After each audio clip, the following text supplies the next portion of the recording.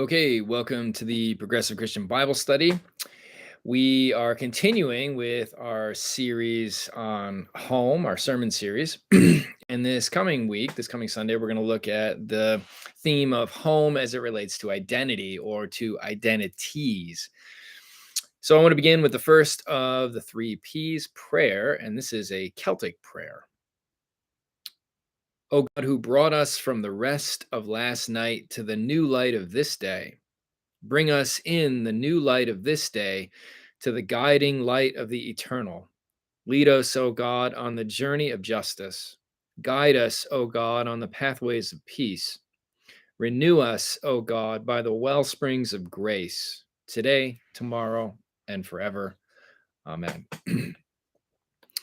Okay, the second of the three P's is perspective. And again, the perspective for this week is home as it relates to this concept of identity or identities. And specifically, I'm interested in how our identity is shaped by the culture around us. So think about all the social and cultural forces at work around us that shape our sense of self, our identity. So the state calls us citizens and taxpayers. The market calls us many things: employed, unemployed, owners, debtors, creditors, upper class, middle class, lower class. And then the catch all term that the market gives to us is consumer.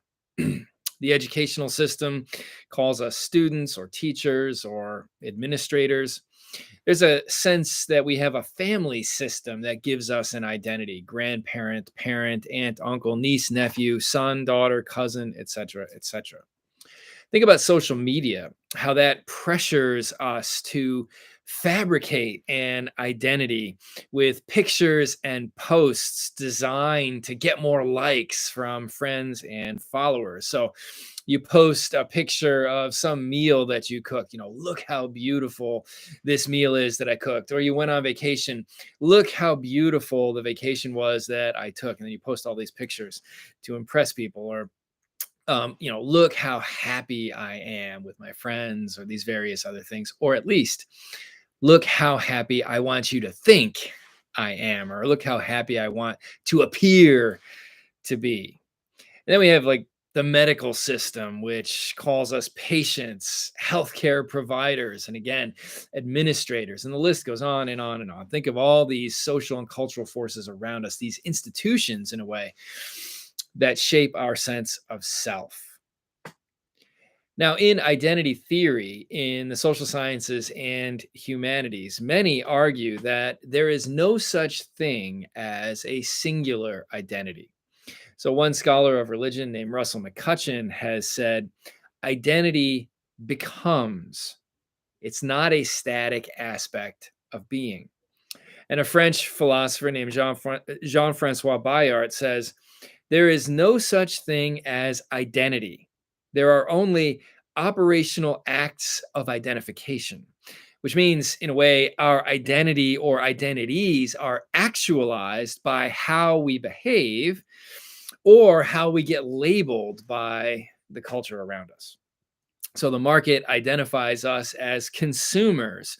And when we purchase things, we are acting on that identity. The educational system calls us students. And when we go to school, we are acting on that identity.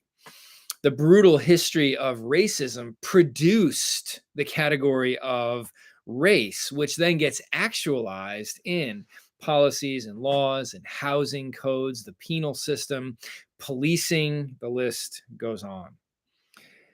But each one of us is more than a singular identity. For example, a straight white grandmother shopping with her daughter and grandson after finishing her day as a school principal is acting out multiple identities in a very short amount of time. Or consider an Asian transgender teen posting on Instagram while sitting in a high school study hall and then texting their dad about after school pickup. Again, an example of multiple identities being acted upon in a short amount of time. So these are just a couple of examples of how identities intersect and come together. And we're not just one, we're multiple, oftentimes at the same time. Now, we may never have given this much thought before, but I think the concept of fluid identities is something that we all get to a certain degree, that each one of us is more than just one thing. And our various identities can give us a sense of meaning in life as we act on them. So, through these enacted identities, we can form social bonds with people. We can give and receive support from our peers and our family members. We can gain status in society. We can solidify family bonds. Again, the list goes on and on. But here's the problem. Yes, identity is fluid and shifting, but the danger is that identity categories can dehumanize by labeling us as just one thing. So, for example, hate discourse feeds on elevating just one aspect of a person's identity. So, Jew or Black or gay or liberal. Or take an example that's been in the news lately, Southern state governors sending migrants north, which what this is an isolation of a single aspect of these human beings' identity and then acting on that single aspect. So treating them as foreign or alien.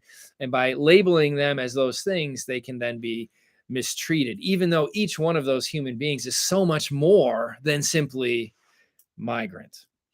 Advertisers play on our multiple identities in the service of just one identity that matters to them, which is consumer. So if you watch cable news at all, just pay attention to how many drug commercials there are, whether it's, the morning programs on cable news or the evening programs. And it's because advertisers are zeroing in on a particular demographic who tends to watch cable news. They tend to be older folks, they tend to be retired, thinking more and more about complexities around health. All of those various identities are used by the advertisers to identify or isolate the single identity that matters to them, which is consumer, trying to get you to buy what they are trying to sell. There are other examples of dehumanizing identities. So consider this one. You didn't get into your top choice university. And so then you self identify as a failure, which is a horrible identity. Or this one, you drive by a house with a Trump flag outside, or you drive by a house with a support Planned Parenthood sign in the window. The human beings inside those houses are so much more than Trump supporter or Planned Parenthood supporter. So we are multiple identities at once, even if a sign like that or a flag like that seems to isolate just one. Or how about this one? My sense of self worth is connected to what I do or how much money I make. So if I hit a rough patch in my career, I am now worthless. The danger in playing this identity game is that just one part of who we are can become all that we are, even though I think we intuitively know that each one of us is multiple identities and not just a single one. Now, bringing all of this back to the theme of home, in the world of culture, there is no singular home identity, so to speak. We are many things blended together. But in the world of faith or in the world of theology, there is only one identity that actually matters. There is only one identity that is eternal. And it's an identity that we all share: child of God. Okay, now we're going to get to the third P, which is pieces of scripture. And we're going to see how identity or the concept of identity gets enacted in what the scripture writer says. So we are looking at 1 Timothy chapter 6, verses 6 to 8, and then verses 17 through 19. Now, this is just a portion of the lectionary reading for this coming Sunday. I wanted to just isolate the few verses that deal specifically with this idea of identity and home identity and how we act on it. So this is, again, 1 Timothy 6, starting in verse 6. Of course, there is great gain in godliness combined with contentment, for we brought nothing into the world, so that we can take nothing out of it. But if we have food and clothing, we will be content with these. Then skipping down to verse 17. As for those who in the present age are rich, command them not to be haughty, or to set their hopes on the uncertainty of riches, but rather on God, who richly provides us with everything for our enjoyment. They are to do good, to be rich in good works, generous and ready to share, thus storing up for themselves the treasure of a good foundation for the future, so that they may take hold of the life that really is life. Okay, so this is one of two letters in the New Testament that are addressed to a figure named Timothy. The writer of this letter was probably a disciple of the Apostle Paul. And the letter is this letter, First Timothy and also Second Timothy. These letters are filled with pastoral advice to a young leader in the church whose name is Timothy. First and Second Timothy, and also the letter of Titus, are sometimes called the pastoral letters or the pastoral epistles in the New Testament because all three of them share this common trait of being written by a pastor to local church or regional pastors, offering them advice on how to manage affairs in churches. And it's likely that none of these three letters was written by the actual historical figure of Paul. And that's because the grammar, the style, the vocabulary all differ fairly substantially from the letters we're fairly confident that Paul actually wrote. So, most likely, again, this was written by a disciple of Paul's using Paul as a pen name. And in a way, kind of mimicking Paul's style, but adding new ideas and words and basically extending Paul's ideas and applying them to a brand new context, probably a little later in the first century as churches are getting established. And now you have all the concerns of how you actually go about managing a church. And so that's what these letters are intended to address. Now, today's passage is part of the final exhortation to Timothy at the end of the first letter of Peter. And what this section does is it redefines identity. And in particular, verses 6 to 8, the first half of this section, they draw upon Stoic ideas about how to live a good life. Ancient Stoicism was a common philosophy in the ancient world. And even if you were a particular writer and hadn't read the Stoics, like Epictetus or whatever, Stoic ideas were so common in the ancient world that you kind of just pull them out of thin air and they get filtered into or infiltrated into your writing. Because they were so common, sort of like breathing the air at the time. So let me reread verses 6 and 8, and you'll hear some Stoic ideas, which I'll talk about in just a second. Of course, there is great gain in godliness combined with contentment, for we brought nothing into the world so that we can take nothing out of it. But if we have food and clothing, we will be content with these. So, verse 6 in particular zeroes in on the Stoic virtue of contentment. It's the state of being content with one's circumstances. And Stoic writers would constantly emphasize this. Control what you can control. Don't worry about the things that you can't control. Be content in your state in life. Now, in context, in First Timothy chapter 6, the writer is warning specifically about the dangers of wanting to be rich, to have stuff, to have money, to have that particular identity. And the reason why the writer is warning against that is because, as the writer says a couple of verses later, after verse 8, the love of money is the root of all kinds of evil. Which is perhaps one of the Bible's truest statements. Because as we know, it's the love of money that turns human beings into commodities or consumers. It enslaves people in the sense that physically enslaving somebody because you want to make money, or being enslaved to the desire to have more. The love of money pollutes the planet. It preys on the less fortunate. The list goes on and on. So the writer is urging for acting upon a different identity, different from the love of money. Instead, act on the identity of I'm going to be content in my state in life. And the reason the writer urges for this comes in verse 7. So you notice verse 7 begins with the word for. For is what's called a ground conjunction.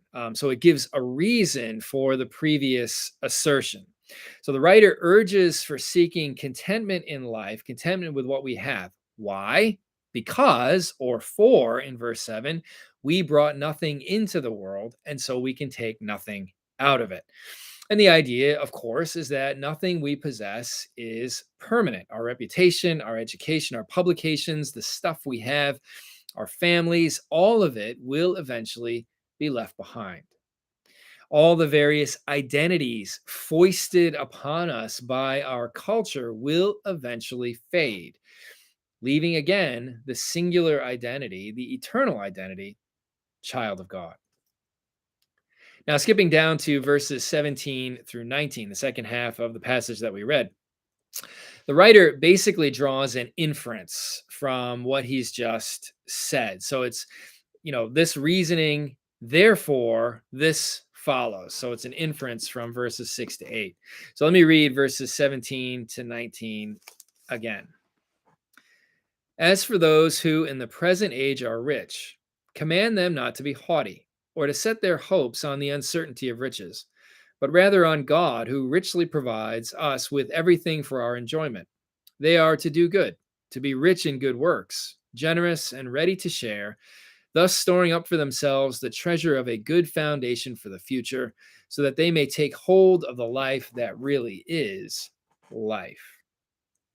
At the beginning of verse 17, we could almost insert the word therefore. So the reasoning goes like this, starting in verse 6.